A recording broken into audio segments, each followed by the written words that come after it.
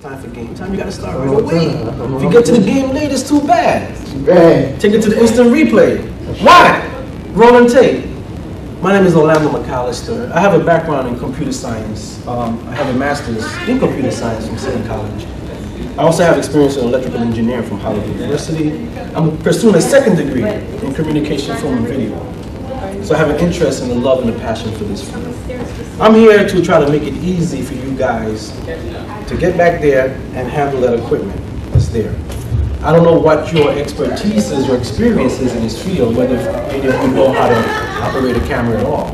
But it's going to be more like an interactive type thing, more pragmatic approach to this field.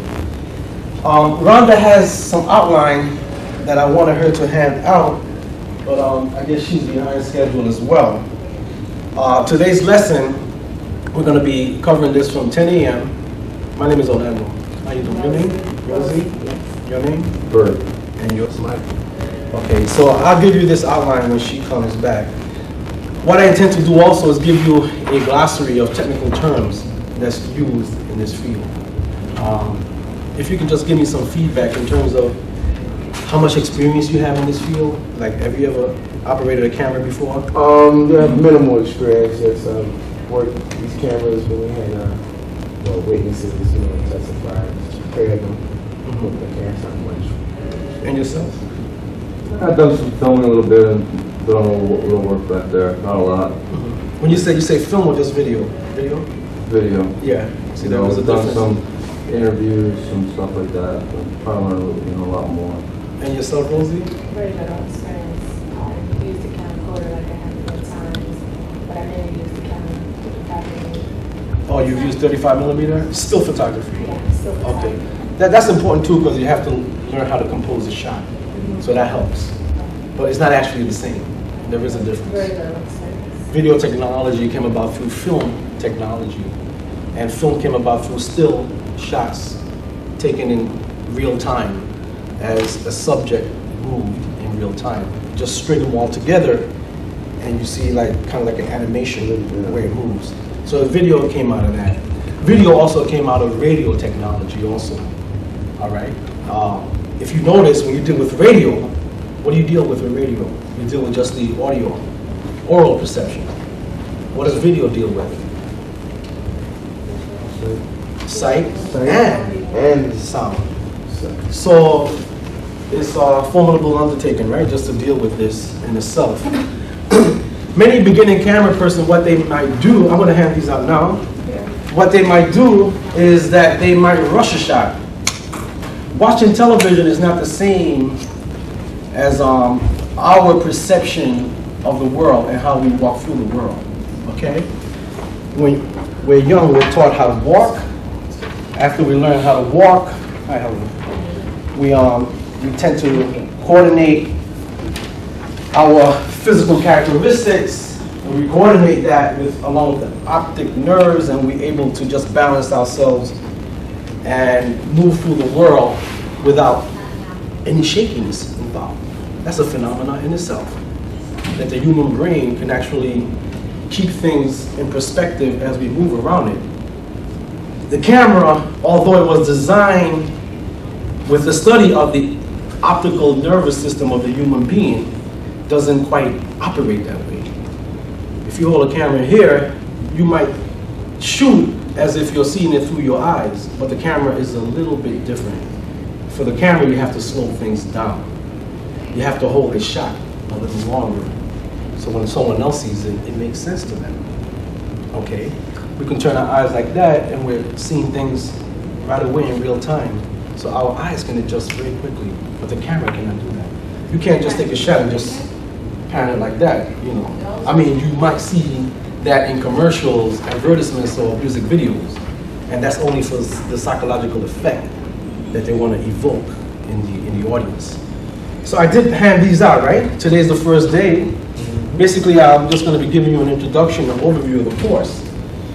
A here states that why is there a need for you as individuals to use video recorders and cameras? It depends on your establishment, what it is that you do here.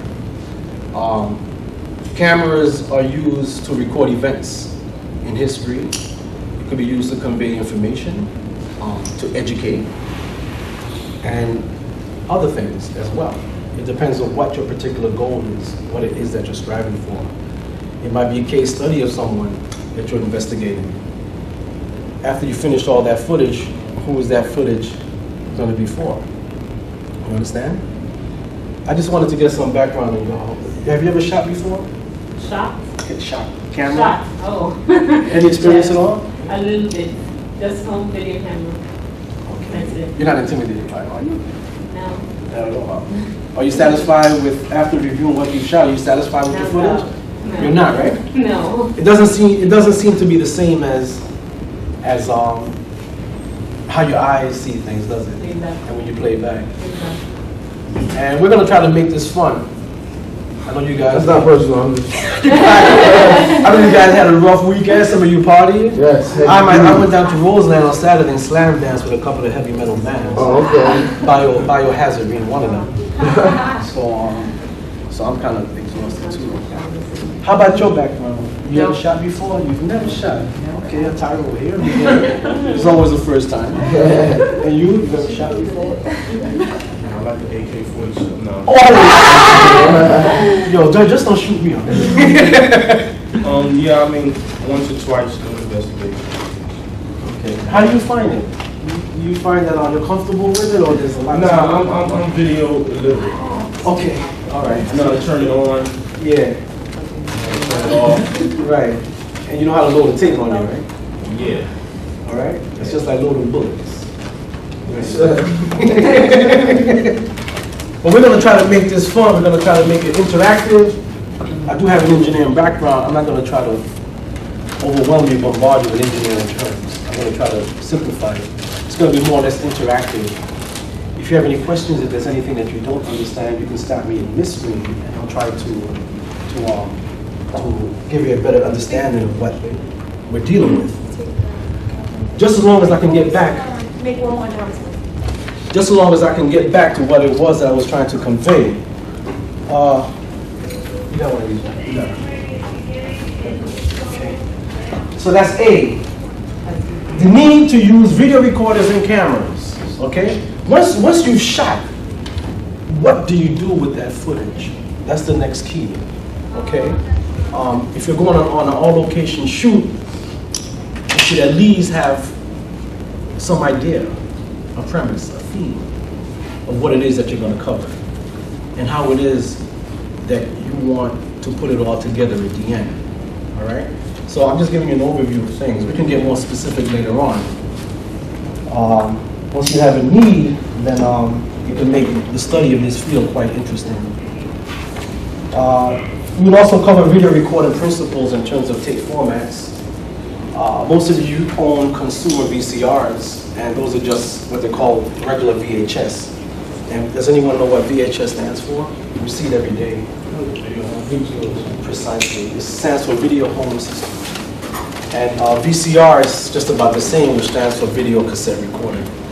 And then there's different formats. There's also what they call the S as in Superman VHS, which stands for Super Video Home Systems.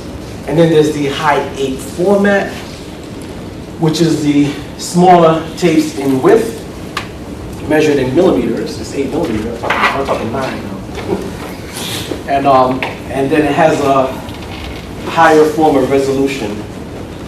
Does anyone want to question why there's so many formats or what that format actually means? Does anyone have an idea? I'm just trying to get your neurons spinning. Your neurons spinning. Huh? If you mean sophistication, meaning quality, you're right. But any other replies to that? Anything you just mark the holes on? Your visitor tag. Take it out. Yeah, anything else? Any other replies to that? Formats? Well, basically, you have an idea, don't you? Well, yeah, I mean, we use those, we had those cameras and we had the high 8 cameras, so we sort of use both, and we take the regular cameras outside and we use the high 8s. One of the important things about this field is copying. Copying information, copying video footage, dubbing. Copying is the same as dubbing. So if you do a shoot, you edit it, you put your titles in there and your effects, then that becomes your master edit tape. Now that becomes the distribution to copy onto other tapes. So if your original, when you get closer to the original or the actual footage that you shot on the camera, then that is what they call an original. Then when you transfer that or copy that to work on it, that becomes a first generation, a second generation, and so on and so So forth. was the original the master? The original is called the capture tape or the recording tape. That came from what you actually shot on the camera, okay? And then you can build that. So you don't want to mess with that because you might not ever get back to it again. Okay, it's just like computer software. When you buy a piece of software, they tell you make a copy of it and put the original away in the shelf in case you have to refer back to it. Now, the reason I'm saying resolution, which I'm coming up to now, and formats, is because television deals with what they call horizontal lines of resolution. And that has a lot to do with picture definition, how the clarity of an image, the definition of an image, all right? Now, regular VHS systems, they accept like 325 lines of resolution. Okay, I'm going to be covering all of that. See, I don't want to get into all the specifics, but being that I'm dealing with it now, I want to move you forward for an understanding, okay? So you want to try to sustain picture definition on copying to other tapes, because the more you copy, the worse the image gets, all right? And many of us have seen 6th generation video where you can't see anything, it's just washed out, okay? So lines of resolution has a lot to do with that. So when you're dealing with regular VHS, it gives you 325 lines across, which is very, very low, okay? And that's for the consumer market, because people are not so much interested in fine, sophisticated type of picture quality. You just want to see the movie, unless it's really bad, all right? We'll just throw it away and get another one. What's the highest amount of lines of resolutions? Okay, good question. As something to relate to, 35 millimeter motion picture, which is made up of a different chemical makeup as video, has about 1,600 lines of resolution. That's why when you go to a movie, you see good depth of field, good picture definition. It looks like the real world, and that's because of the chemical properties as well. Lines of resolution, if you get one line across, it means little dots. Like if you take a magnifying glass and hold it up to this document, although this has been done on a laser printer, you're going to see dots in there. Okay, we're dealing in a world of illusion. So basically, those little dots are going straight across, and those are called picture elements, or pixels for short. And that's the intensity of an electron beam bouncing off of the TV tube. Do you think in each line of resolution there are pixel dots Yes, to make up the line? precisely. And motion picture video, 16 millimeter motion picture film, has about 1,600 on average of these lines, filling up an entire frame. Okay, we're gonna get into frames As as well. opposed to film though, I mean, if we're just dealing with video here, what, you say the VHS is 320, 25, yeah. and then what else is there? Okay, we're gonna move up to that. I'm bringing you from the lowest to the highest. You asked the question so I can bring you up to the highest. Now I'm gonna come back up gradually. Now there's Super VHS. Super VHS scans at 400. It is able to accept 400 lines of resolution per frame. I'll get to what per frame means, okay? Later on. As a matter of fact, let me get to it now. It takes 24 frames of film. You ever seen film with the sprockets? It takes 24 of those moving in 1 second to see motion, okay? In video, it takes, the way the industry was set up, it takes 30 frames to see, per second to see motion, all right? So in real time, I could have one frame here, made up of those lines of resolution, and another frame, another, until I get to 30, and then I see the motion. Okay, if I did half of that, it's going to be half a motion. So that's the technology of it. Just the way it moves across the VCR and the camera heads. So it's just electronics. I know you're not too concerned with that. You shouldn't be too concerned with that. But you might want to delve into this field. And I hope I can pique your interest towards that direction. But primarily we're here so you can get hands-on training. Now, other formats are high 8. All right? Through computer technology and electronics, engineers are able to make tapes a lot thinner, 8mm in width. All right, so high 8 tape is another high quality tape, which is similar to the Super VHS. Okay, and that has 400 lines of resolution as well.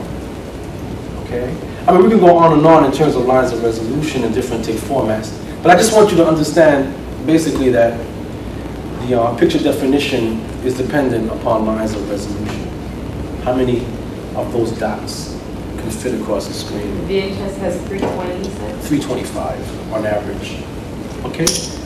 And then I can also get into like television formats and things of that sort, but it won't be to your advantage right now because I don't want to intimidate you too much on the electronics of it. So we'll move on to more practice. Now the next phase is Has anybody ever seen a high 8 tape? Really like this set. okay, here's a practical. Okay, you've seen it, right? You've seen it. High 8. See how small it is? It's come about within the last, let's say, 2 or 3 years. Okay? It's electronics doing all this. It's electrical engineering combined with computer science. So it makes it easy for you to use. Is that similar to, All you have to what's the say? difference between this and like what beta was? Beta is a little bigger than that, but Beta was marketed, I believe, by Sony Corporation, and they worked out a pretty concise scheme to use the full advantages of lines of resolution.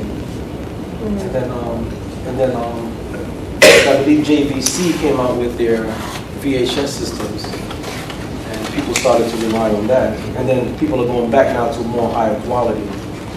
So quality seems to be improving, and cameras are being mass-produced like automobiles like this, and with better retention of lines of resolution. See, the camera has to have the lens and the optics in it to process what you're shooting. Okay, it converts an image, a subject, object in the real world, and converts that into like electrical signals, and then all of that is processed, and then that's put on the tape. All right. So that's electronics. Electronics is like a magician. Really. Okay. Shot selection. Does anyone have an idea what shot selection might mean? If you're going on an interview, or if you've seen motion pictures, you've seen different types of shots that could be taken. Any idea? Shot selection, what that might mean? How to frame someone on an interview? You mean when you place them in the eye of the lens or camera? Right. All of that is combined. Well, basically, our eyes, in terms of what we're viewing, is the viewfinder. Okay? This is a viewfinder here. All right? Usually, what you see here is in black and white. Okay? To be a skilled camera person, you have to kind of like extrapolate to the final product. You have to like say, okay, what I'm looking at here, how can it look in a big screen? You see? So you're always keeping in mind the goal. This is not going to be shown here. It's going to be shown on the big screen. All right? So the more you shoot, the more you get to see how shots would look on the big screen. And that's your goal. So shot selection just means a particular type of framing. If I'm conducting a 2-person interview right here, and let's say you're 2 notable individuals, professionals in the field, I'm not going to take my tripod and shoot down at you like this, because that won't give you enough stature. I'm going to bring the tripod down either horizontal eye level, I'm going to shoot up at you like that. Okay, so that would be a 2-person interview shot selection. All right? I might want to go to her, asking him a question, and then maybe get the camera over here for him for a response. All right? So it's the way you frame things, okay? Now, let's say this is the viewfinder, right? I won't have him so much in the middle, but I'll have him towards the right edge of the screen because he's looking at her. And she'll be just the opposite on the left edge, looking at you. And the two-shotter will be evenly matched up. You see all that? Okay? Now, the more I introduce these things to you, you can view television talk shows, and you can see how a lot of these shots are in the industry. There's industry standards. All right? Unless you do the music video, then you have to shake the camera and all that kind of stuff. That's the story. But your thing is to inform intelligently, okay? Not to make a circus out of it. Now, there's also what's called lighting fundamentals. Many of a good shot has been lost because there was not enough lighting. So a skillful camera person knows how to use the environment to his or her advantage, okay? Many of you might be doing on-location shoots on outdoors where you could have to rely on the sunlight, or it might be an overcast day. You get it?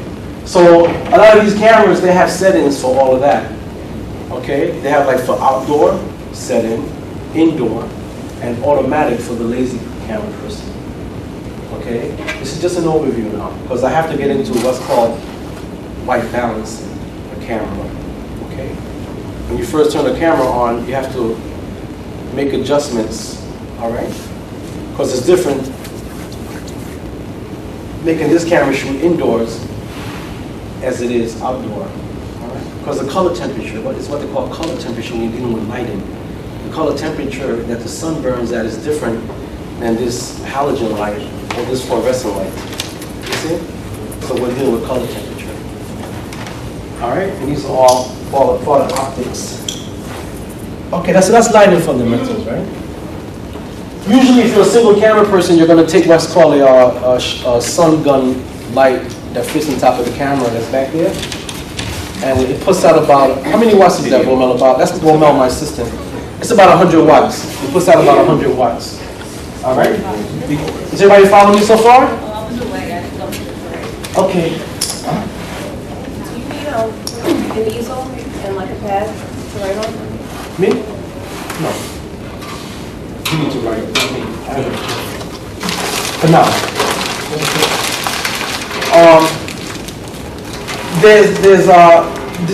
These lights right here, right? They sell bulbs where you can use them. You know, they have battery belts. Okay, you can buy battery belts. Where you just plug them in, and then it provides juice for the light. All right. Now, there's a difference between what that juice is. The electrical outlet of your home provides what's called AC current, alternating current. Okay. Batteries is what they call direct current, DC. So they make different types of bulbs. For the belt, they make DC bulbs, so you can just fly around anywhere without having to plug in.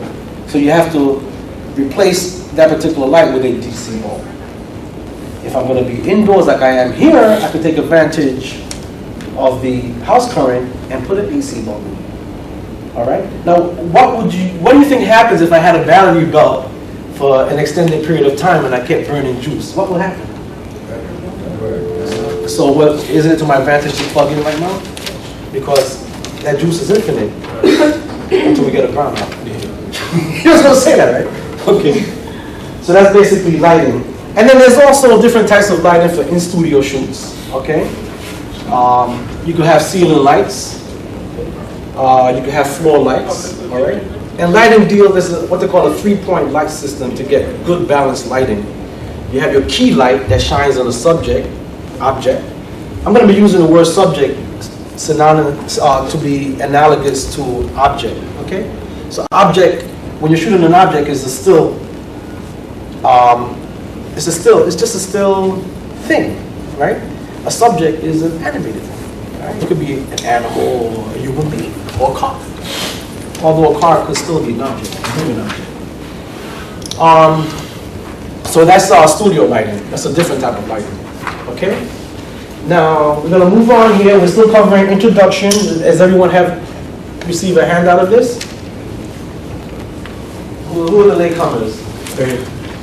I'd like to get some of your background just to see where you are in this field, how you fit in. So we're here to provide video training hands-on, direct experience So you won't be so overwhelmed by the equipment that you see. I have a question. Yes. You said you were just doing like an overview, so you're not like going in like the lighting. You're not going into like the different types of lighting and stuff.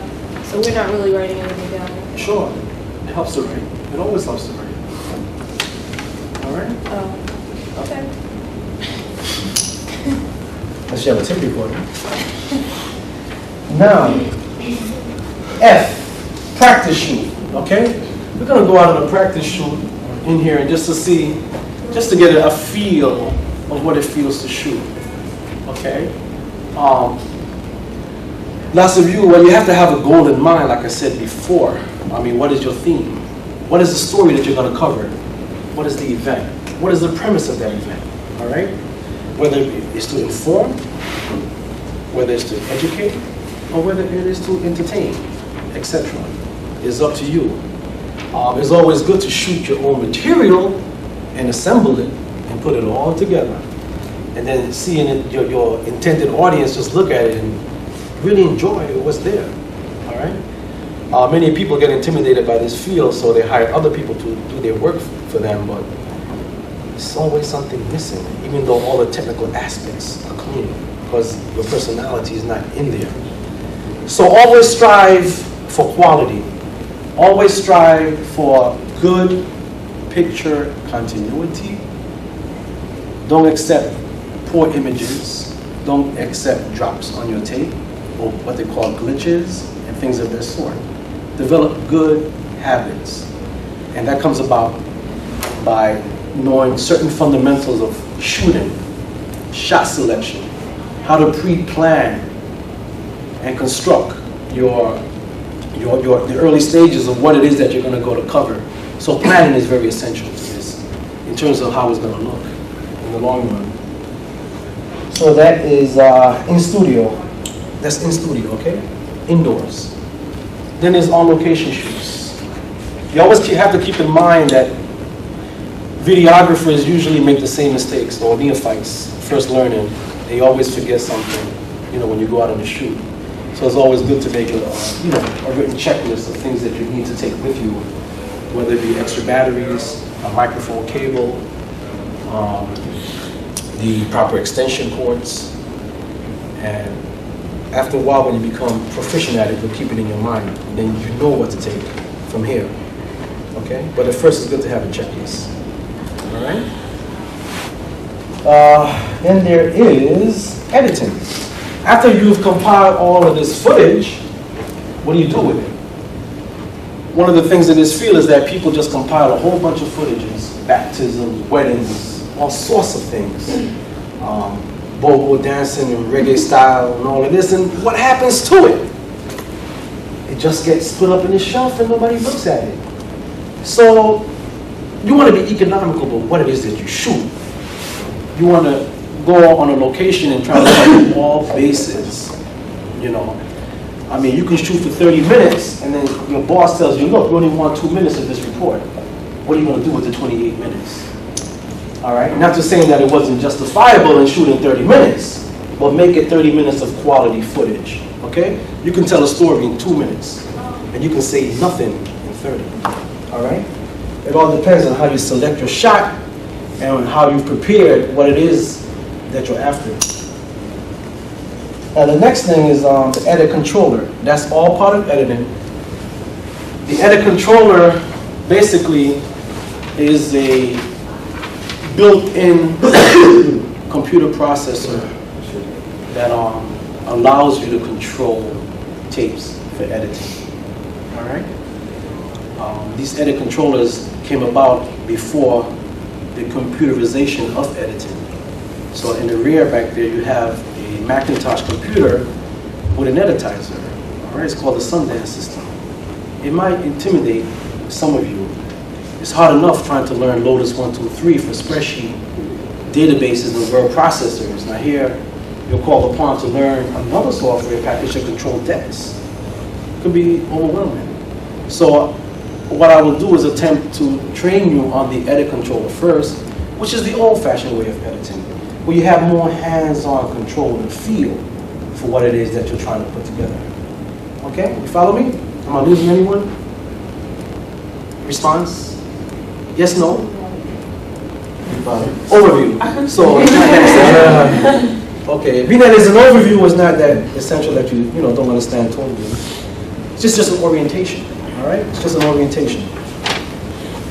Now, after you've edited everything, let's look at it. How many times have you shot something and never looked at it once you finish the project? All right, many people do that. All right. So it's important that you sit down with yourself or with others to get an objective view to see what it is that you did incorrectly, all right? Whether it is audio, problems that you incurred along the way of building up your story, or image problems, drops. Maybe when you edit it, you had your controls in the wrong setting and something went wrong. So now you can sit down to analyze what you've done, or just shot selection, poor shot selection. So always keep in mind, as I said before, pictorial continuity. You can't make what an audience is watching too obtrusive to the human mind that will take you out of proportion, mentally. It's like, what's happening here? First I see a guy lighting up a spliff, and then I see him drinking wine. Doesn't make any sense. That's a jump cut to an irrelevant shot, unless you're just doing something crazy, for fun. So pictorial continuity is of essence here. The story has to have some kind of plan. You have to pre-plan it. And after you pre-plan it, then you go out there and say, well, now I'm going to try this shot first. I'm going to ask these questions, and I want it to look in a certain way. Then I want to do some cutaway shots, so when I do edit, I could put these shots in here for visual effects to move my story along. You understand? Do you have a question, Rick? Yeah, what is a drop? I was going to ask. You keep referring to it? Drop is, let's say you might see a football game from Giant Stadium and some fan trips over a line, and one of the camera person is, he's shooting a particular event, right? And then somebody trips on the line. At home, you're going to see, boom, something go black, freeze the image, and then the technical director will switch to another shot. That's a drop. A drop could be a glitch. When you put your recorder to record and play, and then you start to record it, and then let's say you've covered that, right? And then you play it, and then when you play it back, at the end of that recording, you're going to see the snow. That's a drop, okay? When you see those ugly things, those little gremlins in there that you don't want to deal with.